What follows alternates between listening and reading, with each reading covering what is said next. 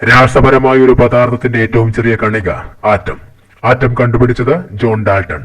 Atom എന്ന പദം ആദ്യമായി നിർദ്ദേശിച്ചത് ഓസ്വാൾഡ്. ആറ്റം മാതൃക ആദ്യമായി അവതരിപ്പിച്ചത് നീൽസ് ബോർ. ബോറിന്റെ ആറ്റം മാതൃക അടിസ്ഥാനമാക്കിയിരിക്കുന്നത് ക്വാണ്ടം തിയറി. ആദ്യ അറ്റോമിക് സിദ്ധാന്തം അവതരിപ്പിച്ചത് ജോൺ ഡാൾട്ടൺ. ആറ്റത്തിന്റെ സൗരയൂഥ മാതൃക അവതരിപ്പിച്ചത് റൂദർഫോർഡ്. ആറ്റത്തിലെ 3 കണങ്ങൾ proton, neutron, electron. ആറ്റത്തിന്റെ കേന്ദ്രഭാഗം nucleus.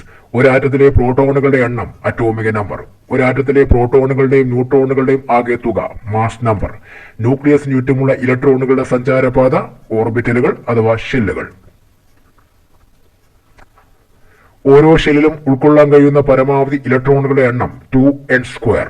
Atom കണ്ടുപിടിച്ചത് ജോൺ ഡാൾട്ടൺ. ഇലക്ട്രോൺ കണ്ടുപിടിച്ചത് ജെ തോംസൺ. പ്രോട്ടോൺ കണ്ടുപിടിച്ചത് ഏണസ്റ്റ് റൂദർഫോർഡ്. ന്യൂട്രോൺ കണ്ടുപിടിച്ചത് ജെയിംസ് ചാഡ്വിക്. ന്യൂക്ലിയസ് കണ്ടുപിടിച്ചത് ഏണസ്റ്റ് റൂദർഫോർഡ്. പോസിട്രോൺ കണ്ടുപിടിച്ചത് കാൾ ആൻഡേഴ്സൺ. ആറ്റത്തിന്റെ സൗരയൂഥ മാതൃക അവതരിപ്പിച്ചത് റൂദർഫോർഡ്. ആറ്റത്തിന്റെ പ്ലം പുഡിംഗ് മാതൃക അവതരിപ്പിച്ചത് ജെ തോംസൺ. ആറ്റത്തിന്റെ വേവ് മെക്കാനിക്സ് മാതൃക അവതരിപ്പിച്ചത് എർവിൻ ഷ്രോഡിംഗർ.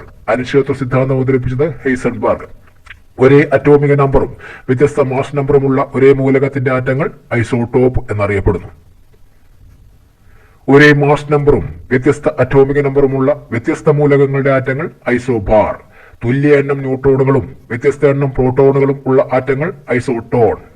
ഒരേ തന്മാത്രാ സൂത്രവും വ്യത്യസ്ത ഘടനയുമുള്ള സംയുക്തങ്ങൾ ഐസോമർ.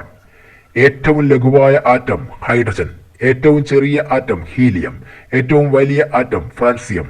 ഏറ്റവും ചെറിയ ആറ്റമുള്ള ലോഹം ബെർലിയം. ഏറ്റവും വലിയ ആറ്റമുള്ള അലോഹം റെഡോൺ.